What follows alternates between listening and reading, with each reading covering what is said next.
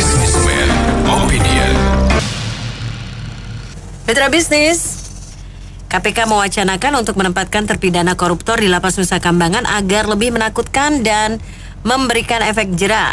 Saat ini sudah jadi rahasia umum, koruptor di lapas-lapas biasa seperti Sukamiskin atau lainnya kerap mendapatkan fasilitas layaknya di hotel mewah. Apa komentar Anda mengenai menempatkan koruptor di Lapas Nusa Kambangan ini? Dan silakan komentarnya bisa disampaikan di 6339160 dan WhatsApp call 0816924924. Oke, kalau untuk tema korupsi ini memang terlalu seksi untuk kita tetap bicarakan ya. Oke, karena kita penegak hukum dan negara tidak boleh kalah dengan koruptor. Kalau solusi untuk menempatkan koruptor di Nusa Kambangan itu saya rasa bukan solusi permanen. Mengapa? Yang terdekat itu undang-undang perampasan aset harus segera disahkan oleh DPR. Karena itu yang membuat koruptor jera karena hartanya dimiskinkan. Berikut keluarganya yang merasakan hasil korupsinya ya. Dan saya rasa kalau diadakan survei pendapat ke warga negara Indonesia untuk membuat efek jerah para koruptor ini, yaitu salah satunya dengan hukuman mati, saya rasa 90% itu setuju. Karena mengapa? Koruptor ini saya rasa sudah tidak punya akhlak. Oke, terima kasih. Yang pertama adalah kalau bisa dihukum mati aja, karena sudah parah, mereka tidak punya akhlak, tidak punya jiwa nasionalis, sudah parah, tambah parah. Yang kedua adalah kalau misalnya tidak dihukum mati, ya dibuat dimiskinkan, karena kalau dimiskinkan dia tidak akan mau bisa penjaranya jadi hotel karena sudah punya uang. Itu aja opininya. Sebetulnya di Indonesia ini kan semua penegak hukum udah terkontaminasi semua. Tapi ini ada juga peningkatan untuk pembuatan jera. Nah, sekarang yang menjadi masalah kita mulai dari mana kita bingung. Karena penegak hukum nanti menjadikan ini menjadi mata rantai untuk memeras terdakwa ini lagi. Jadi kita di Indonesia ini susah untuk menentukan mau dimulai dari mana. Jadi kalau misalkan ini di ke Nusa Kambangan itu kan udah banyak juga. Nah sekarang kita lihat di YouTube penjara sendiri itu ada transaksi bisnis juga. Jadi kita nggak bisa membuat menyimpulkan bahwa itu akan membuat tersangkanya jadi jera gitu, Bu. Terima kasih. Itu mau ditempatkan dimanapun kalau memang tidak sesuai dengan SOP pasti akan sama saja. Banyak yang ditahan di Nusa Kambangan bisa keluar. Saya pernah dengar itu ada yang jalan-jalan ke Singapura. Itu jadi tergantung dari petugasnya. Kalau memang petugas dan petugasnya menjalankan tugasnya sesuai dengan SOP, tidak mau kerjasama dengan para narapidana, itu akan sama di tempat manapun ya harus sama gitu standar. Jadi ini tergantung daripada oknum masing-masing. Terima kasih. Saya pikir ini satu usulan yang tepat. Tapi ini tergantung kepada niat daripada pemerintah. Dalam hal ini presiden. Kalau presidennya mau, tinggal perintahkan ke Menkumham. Ya, dikoordinasi oleh Menko Polhukam dengan Menkumham untuk segera memindahkan semua koruptor dari Sukamiskin ke Nusa Kambangan. Itu sebuah pekerjaan yang sangat simpel, tergantung niat aja. Kan pejabat ini juga gak berani begitu, takut suatu hari mereka yang kena, gitu kan. Intinya kan seperti itu. Kalau di Cina beda. Di Cina presidennya siapkan 1000 peti mati, ya kan, 1 buat saya. Nah, itu kan ada satu statement yang tegas kayak begitu. Begitu kira-kira. Saya pikir kalau ke Nusa Kambangan kurang tuh, harus ke Pulau Buru atau mana yang lebih terpencil lagi. Terima kasih. Sebenarnya sih Nusa Kambangan maupun di mana ya sama aja lah, cuma beda jauh dikit. Kalau di sananya dibikin kerajaan juga, kamarnya ber-AC juga, malah lebih susah dipantau dari pejabat-pejabat. Nah, yang sekarang di sini aja yang dekat aja nggak bisa dipantau. Sekarang udah ketahuan begitu aja, nggak ada berita tuh, nggak ada ketua lapasnya atau siapanya dipecat gitu, nggak ada berita tuh. Ya, jadi ya percuma lah. Ya, makasih. Koruptor yang dikasih kemewahan ya, pas itu udah biasa. Inilah Indonesia, dari dulu juga kayak gini, nggak akan bisa berubah. Makanya korupsi juga akan lebih banyak karena fasilitas juga sama. Ini juga bukan hanya koruptor ya, bandar-bandar juga di penjara itu malah makin sukses dia, senang mereka. Ini udah biasa, inilah Indonesia. Nggak tahu bangsa Indonesia itu masih bisa berubah atau tidak, tergantung pejabat-pejabat tingginya yang pemegang keputusan sih. Lebih ke Menteri Kemenkumham berani nggak sidak, sekali-sekali pecat kepala sipir dan lain-lain. Karena susah berubah budaya ini, akan susah kalau memang nggak ada keberanian sama sekali. Itu sih opini dari saya. Semoga ya Indonesia ya tetap Indonesia seperti ini, nggak akan berubah kapanpun sampai kapanpun gitu ya. Koruptor tetap koruptor yang juara gitu ya. Jadi harus ada keberanian dari seorang menteri Kemenkumham atau ada Kepres ya, sudah dari presiden, pecat langsung semua sipir-sipir yang bermain seperti itu. Itu sih tuntas sih, sebenarnya gampang, simpel ya. Ya kalaupun saya dijadikan seperti itu, saya kan melakukan seperti itu karena nggak ada untungnya juga, nggak ada timbal balik buat keuntungan negara, nggak ada timbal balik buat keuntungan pribadi, nggak ada. Harusnya seorang menteri itu berani mengambil keputusan, pecat sipir-sipirnya yang seperti itu. Seperti itu sih opini dari saya. Ya kalau menurut saya sih mendingan dibikin transparan aja, dibikin aja antar fasilitas. Misalnya emang kalau mau bayar ada duit, bisa dapat yang lebih bagus gitu loh. Cuman duitnya masuk ke negara, jangan dimakan oleh petugas-petugas di situ gitu loh. Nggak apa-apa, menurut saya kan wajar kalau misalnya orang ada duit dia mau yang lebih. Kan kalau misalnya desak-desakan juga susah juga kan. Menurut saya dibiayain tapi duitnya masuk ke negara itu. Oke, makasih. Kalau saya sendiri sih itu nggak begitu penting dipindahin kemanapun ya. Yang penting tuh itu hukumannya penyitaan aset dan pembuktian aset terbalik, itu yang penting supaya jadi korupsi turun. Terus yang kedua juga saya harap KPK itu jangan pandang bulu ya. Kalau milih-milih pelaku korupsi siapapun juga, suku agama semua tuh kalau emang salah ditangkap, jangan dibela-belain. Mau calon presiden sekalipun juga kalau salah ditangkap. Di hukum di Indonesia tuh adil, kayak di Filipina Aquino, Marcos saja dilawan kok di Indonesia lemah banget ya. Terus yang ketiga tuh kalau bisa Pak Jokowi juga undang-undang KPK tuh kalau memang ada yang nggak benar kepalanya diganti aja Pak Jokowi, jangan diem aja. Dan saya harap juga nih ke kejaksaan, kehakiman juga, jaksa hakim di wilayah Jabodetabek dicek banyak kasus-kasus yang nggak benar, khususnya kasus pedata, bocah pungli apa korupsi gitu, nerima suap.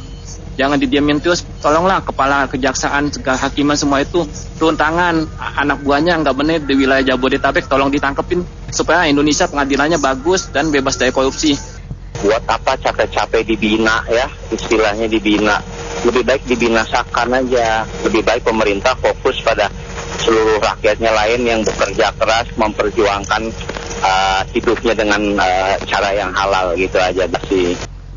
Ini udah budaya sih Pak, susah ya. Jadi memang Indonesia seperti ini. Kayaknya agak-agak susah nih kalau nggak ada pejabat yang berani bongkar semua, itu nggak akan berubah seperti itu. Jadi harusnya sih Kemenkumham ya yang urusannya seperti ini tuh, kepala sipir sekali-sekali disidak gitu. Seperti itu. Saya menyoroti dan menggarisbawahi kata itu ya, efek jerah ya. Nggak ada tuh efek jerah ya kayaknya ya, kalau mau di riset gitu. Nah, ini saya pikir ini ada dapat pesan dari siapa nih, coba-coba mengalihkan isu lagi nih, Nusa Kambangan lah dicoba-coba dialihkan. Kalau nggak salah minggu ini pemerintah sudah memasukkan draftnya rancangan undang-undang yang perampasan, pemiskinan dan pengaturan uang harta ini ya. Nah, oke, kalau pemerintah udah dimasukkan berarti tugas kita sebagai masyarakat dan pers ya terus memantau isinya seperti apa. Saya kira itu banyak yang pemerhati terhadap kasus korupsi, mereka akan memperhatikan setiap pasalnya. Dan ini fokus tetap ke sini. Entah ada pesanan untuk mencoba-coba menaikkan, mengalihkan isu, itu lupakan aja lah. Dibahas lah, itu percuma lah. Mau kedengarannya semanis apapun juga kita kesampingkan aja. Fokus terus. Kalau perlu pagi topik ini, sore topik ini, tiap hari. Biar partai politik juga gerah. Karena ya anggota DPR kan diperintah oleh ketuanya. Ya saya kira udah waktunya lah. Kita udah melakukan PA, udah melakukan berbagai macam yang disebut. Itu kan pemutihan sesungguhnya. Sejak dari itu ya jangan lagi lah. Toh anggaran kita begitu besar, dengan banyak korupsi aja Presiden Jokowi masih mampu membangun kok. Bayangkan kalau semakin, ya kita nggak berharap hilang sama sekali ya. Kalau bisa semakin diturunkan, betapa kita bisa semakin banyak melakukan eksekusi untuk pembangunan kan kira-kira begitu yang kita harapkan ya. Ya. Jadi bro, terima kasih nih topiknya. Kalau topik ini sih banyak pendengar ikutan nih. Jadi suara kita dikencengin terus nih bro. Ya kalau soal urusan jerah-jerahan mah kita udah tahu lah kalau masuk ke lapas ya. Kita hanya mungkin memberi rezeki untuk yang kepala lapas sana gitu ya. Mau beri efek jerah salah satunya ya itu digiring aja ke jalan mana gitu diumumin. Ya kayak nonton film-film aja tuh yang kolosal gitu loh. Nanti ada orang lempar tomat gitu loh, lempar ketimun gitu kan, telur busuk gitu loh. Kalau perlu nih yang ini maaf ya, mungkin nggak orang manusia tapi apa aja deh kita ngomongin. Foto keluarganya juga ditaruh di sana, anaknya, istrinya, orang tuanya gitu. Itu baru efek jerah ya. Kalau sekarang mah mereka cuma senyum-senyum aja. Saat penjara 5 tahun, 8 tahun, keluar masih punya puluhan miliar gitu loh. Saya juga mau ya. KPK mau ke Nusa Kambangan. Ini terus terang mereka tidak berpikir. Mereka ada masalah di Sukamiskin, tetapi larinya ke Nusa Kambangan. Bukan memecahkan masalah, memindah masalah. Kalau sudah Sukamiskin memang bermasalah, tolong dong Menkumham, Presiden, sikap itu memang sudah berita umum. Sikap, bukan memindahkan masalah. Tetapi pecahkanlah masalah di Sukamiskin. Malah menimbulkan masalah baru lagi kalau di Nusa Kambangan. Dari pantauan, macamlah di sana. Malah tambah rusak lagi di sana. Ya, menurut saya ini tidak akan menyelesaikan masalah. Si kerjaan job buat kalapas di Nusa Kambangan. Intinya pejabatnya semuanya yang nggak benar. Dari pusatnya dong diberesin, yang paling berkuasa di sana.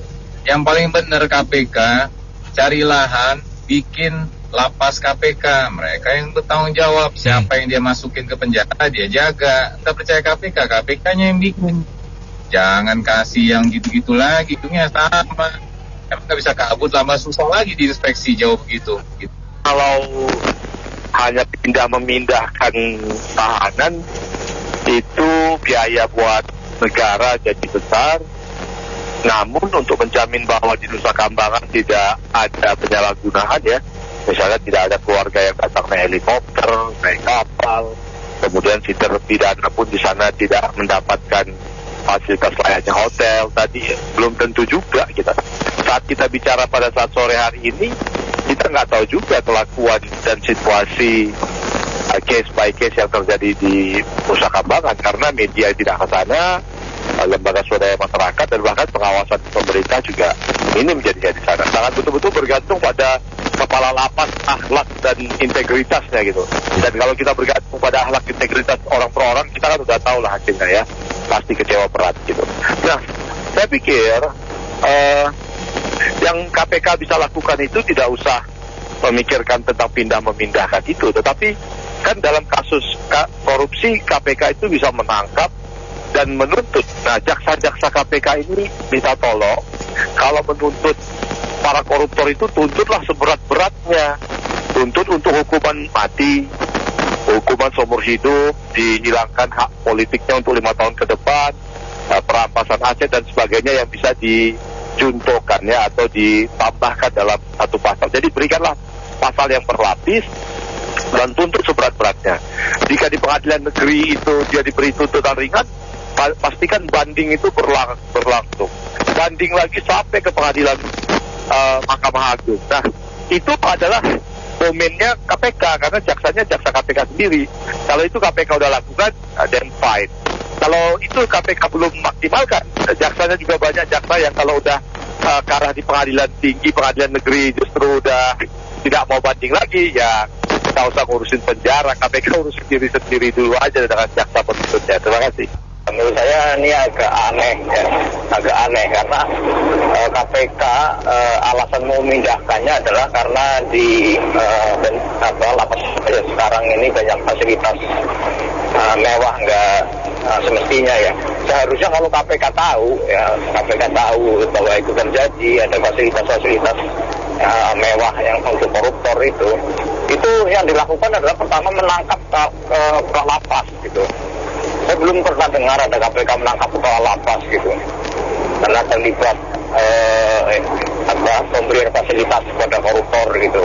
Harusnya itu dulu yang ditangkap gitu, bukannya memindahkan ke tempat yang jauh yang nggak diawasi publik. LSM malas ke sana, wartawan juga nggak pernah ke sana, nggak ada diawasi, malah lebih parah lagi gitu.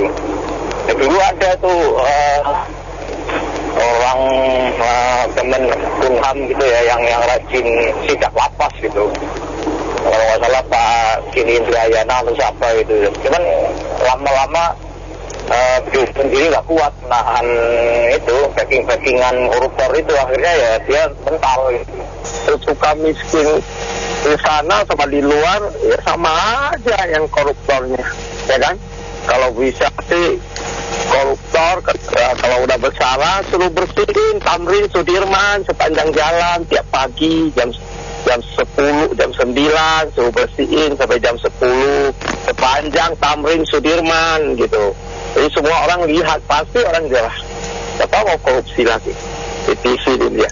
Ya, jadi kita menyampaikan pendapat tentu adalah untuk kebaikan ya, kebaikan negara, kebaikan bersama. Tidak ada maksud lain-lainnya. Menurut saya KPK nggak usah lah yang aneh-aneh bahwa koruptor itu harus dipenjara misalnya di Nusa Kambangan. KPK dan semua penegak hukum itu mendorong saja undang-undang hukuman yang paling berat untuk para koruptor. Karena para koruptor yang misalnya utamanya itu adalah para pejabat, maka mereka itu kan dipilih dan disumpah. Kalau mau jadi pejabat jangan jangan berharap kaya. Kalau mau jadi kaya, pergi berbisnis lah, tidak usah jadi pejabat. Jadi menurut saya koruptor itu harus dihukum seberat-beratnya. Makanya masyarakat dan terutama penegak hukum ya, KPK dan kejaksaan, kepolisian dan lain sebagainya itu mendorong agar segera disahkan undang-undang hukuman yang paling berat kepada para koruptor, beserta juga misalnya kroni-kroninya, kalau perlu juga keluarganya. Jadi kalau hanya sekedar dipindahkan atau misalnya dimasukkan ke Nusa Kambangan, tidak usah sampai segitu. Koruptor itu dihukum saja di Jakarta tiap hari, suruh dia itu yang media bisa melihat, rakyat bisa melihat, tiap hari saja dia suruh dia bersihkan jalanan, itu pun dia sudah malu setengah mati, tidak berani korupsi karena pakaiannya dipakai, topinya, bajunya misalnya, suruh dia sapu jalanan atau jadi apa, itu pun dia sudah malunya setengah mati, tidak berani lakukan korupsi lagi. Baik. Bukan masalah taruh di mana-mananya, tapi hukumannya itu loh yang menyeluruh tanpa pandang bulu kepada semua koruptor. Dulu kan sapu bersih apa sapu jagat itu? Mana itu undang-undangnya? Terima kasih. Saya bingung sama KPK itu. Sebenarnya KPK itu pejabat politik atau pejabat penegak hukum sih? Kok wacananya aja banyak? Emang cari proyek ya? 1, 2, koruptor itu diletakkan di mana saja asal ada duit, dia nggak bakal takut. Yang paling takut koruptor itu miskinkan. Jadi begitu dikorupsi, begitu ketangkap korupsi, langsung miskinkan sampai sekeluarganya sekali, ke anak istrinya sekali. Kalau udah miskin, kalau udah nggak punya duit, nggak punya harta, itu yang paling ditakutin oleh manusia di Indonesia. Jadi nggak usah deh urusan yang aneh-aneh. Korupsi masih banyak, laporan LSM masih banyak yang nggak ditanggapin, nggak diurus, kok urusannya wacananya yang aneh-aneh aja. Makanya negara ini nggak maju-maju, justru negara ini nggak maju-maju karena penegak hukumnya nggak beres. Makasih. Ini satu kenyataan di negara kita yang rasanya cukup aneh ya. Maksudnya orang harusnya bersalah dihukum, tapi orang yang bersalah itu malah bisa membeli hukumnya, dalam artian bisa menikmati fasilitas penjara. Dan kejadian itu seperti mungkin tidak bisa dibuktikan, tapi kita merasakan juga gitu ya, walau tidak melihat dengan mata kepala. Nah, ini yang jadi persoalan, entahlah kebijakan hukum kita tuh tidak ada kepastian baik dari produk hukumnya ataupun pelaksanaan. Tapi yang paling penting mungkin ya masalah di lembaga pemasyarakatan itu kan tidak mengatur lebih spesifik lagi ada pelanggaran-pelanggaran yang seperti ini. Kan sudah pernah dulu diliput oleh TV tentang kejadian seperti ini, namun lanjutannya ya udah seolah-olah oh ya ini terjadi, tapi tindak lanjut tidak ada. Jadi ya kita nggak mengerti juga sebetulnya apa yang dikerjakan atau concern daripada pemerintah untuk masalah penegakan hukum, dari mulai timbulnya masalah hingga masuk ke dalam lapas. Kalau itu tambahan berupa tambahan boleh, tapi seharusnya juga perampasan yang di korupsi itu harus tetap itu dijalankan. Apa yang dia sudah ambil dari uang rakyat, uang pemerintah gitu, itu adalah haknya rakyat tuh diambil, itu harus diambil kembali dan ditambah dengan ya hukuman di Nusa Kambangan itu. Nah mungkin itu lebih jerah dia. Pasti hukuman mati, tidak ada dibilang tidak ada efektifnya, selalu hukuman mati plus sita semua aset keluarganya, bukan hanya terpidananya saja. Plus itu biasanya di tembok-tembok negara dicantumkan nama dan kejahatannya dia supaya masyarakat semua tahu. Menurut saya sudah pemerintah melakukan biaya banyak, koruptor didenda aja, ada yang bilang katanya dimiskinkan. Dimiskinkan aja sudah, nggak usah dioyong-oyong kemana-mana. Kan biaya memenuhi penjara, didenda aja, miskinkan gitu loh. Iya, saya kok khawatir ya, malah kalau koruptor mau dipindahin ke Nusa Kambangan. Yang kita tahu kan Nusa Kambangan itu jauh ya, di Cilacap, berbatasan dengan kota Australia, dengan negara Australia. Nanti untuk pengecekannya segala macam kita nggak tahu gitu di sana. Kalau di Sukamiskin di Bandung gampang, kalau kita mau investigasi atau Najwa siap mau investigasi gampang. Kalau aksesnya terlalu jauh nanti kita khawatir koruptornya nggak ada di Nusa Kambangan gitu Bu. Nah, gini kalau menurut saya sih itu mau letakkan di mana aja juga sama aja ya. Nah, yang penting itu duit yang berbicara ya. Kalau menurut saya sih jangan cuma itu aja ya. Mungkin tuntutan untuk hukumannya itu dirubah. Jadi mungkin mana tahu kan bisa jadi kayak di tempat lain kan hukuman mati atau hukuman seumur hidup gitu.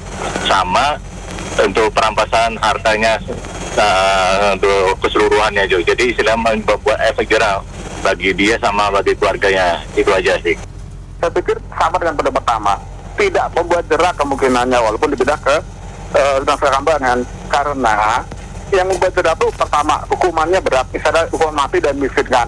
Yang kedua, jangan dikasih toleransi apa-apa kayak remisi atau bebas bersyarat, dan di penjara pelayanannya jangan diistimewakan. Jadi harus sama dengan maling ayam orang miskin gitu loh. Di penjaranya jangan pilih kasih atau tajam ke kanan bawah, tumpulkan atas, tapi harus benar-benar jujur, adil, tajam ke segala arah. Kemungkinan seperti itu. Jadi ini adalah hukuman seberat-beratnya. Kalau itu adalah pejabat, maka bisa sampai kepada hukuman mati. Karena mereka itu dijabat, jangan sampai dasar dia itu mau menjadi pejabat itu dasar tujuannya itu sudah keliru, sudah salah, mau korupsi. Oleh karena orang begini dari niatannya itu sudah jahat, dan kemungkinan besar kan hasil kejahatannya itu dinikmati oleh keluarga. Oleh karena itu perampasan aset, pemiskinan, orangnya itu dihukuman mati atau hukuman yang paling berat.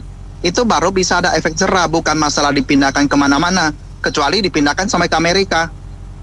tidak ada bisa ketemu keluarga lagi. Boleh juga, bukan masalah masih di lautan di selatan Jawa atau di mana itu nggak bisa, Bu. Oleh karena itu menurut saya kalau itu pejabat maka hukuman yang paling berat. Kalau itu swasta maka keluarganya dan deretan kroni-kroninya itu juga dimiskinkan, dirampas, asetnya dikembalikan negara untuk kemakmuran rakyat. Dengan begitu saja menurut saya 10 tahun ke depan itu korupsi di Indonesia pasti menurun dengan drastis tanpa pandang bulu. Sedikit perspektif dari saya, kalau menurut saya ya, korupsi itu bukan extraordinary crime. Hukumannya itu ini aja, kan mereka itu kan pinter-pinter ya, pinter-pinter intelektual kompetennya, hanya saja itu tahu menyimpang dari kebaikan hati, menyimpang dari kebenaran tahu pikiran. Ya ganti rugi aja, hitung-hitungan aja, anggap sebagai imbal hasil investasi yang menguntungkan. Bikin rugi berapa, lalu ya balikin ganti rugi. Ganti ruginya itu sejumlah berapa plus imbal hasilnya. Untuk siapa? Untuk negara, agama bukan agama, bisnis bukan bisnis, negara bukan negara, kayak begitu. Satu poin lagi, kalau Alkitab banyak yang tahu, Al-Quran banyak yang tahu, Dhammapada terkenal juga ya. Satu yang ini juga akan jadi selebriti, terkenal juga, kitab suci Tiyoci bahasa Mandarin itu ya, itu bagus. Nerakanya itu ada 2, mohon maaf ya, ini satu ya, neraka lautan urin dan neraka lautan urin dan enggak dibakar di sana, itu satu ya.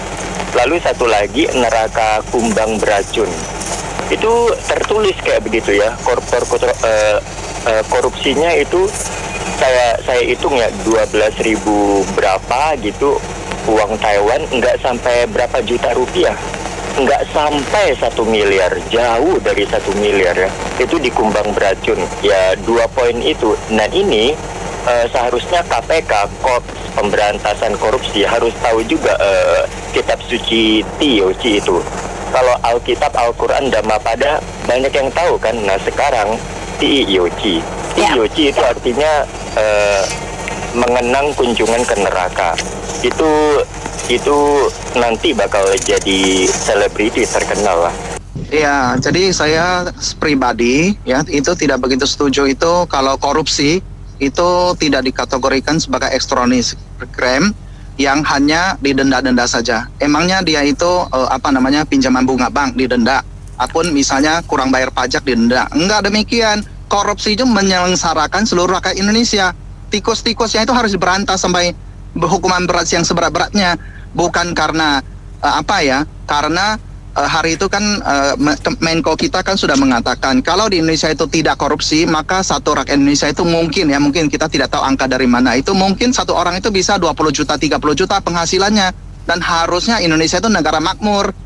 Gara-gara korupsi di segala dini dan instansi termasuk juga swasta sehingga Indonesia jadi kondisinya seperti itu. Jadi undang-undang yang paling tinggi, yang paling berat itu harus ditegakkan dulu. Nanti rentetannya bagaimana itu nanti baru dievaluasi, dikoreksi lagi. Demikian, terima kasih. Baik mitra bisnis, kita cukupkan sampai di sini. Opini komentar Anda kami tampung dalam Businessman Opinion. Terima kasih yang sudah bergabung. Saya Mary Agustin.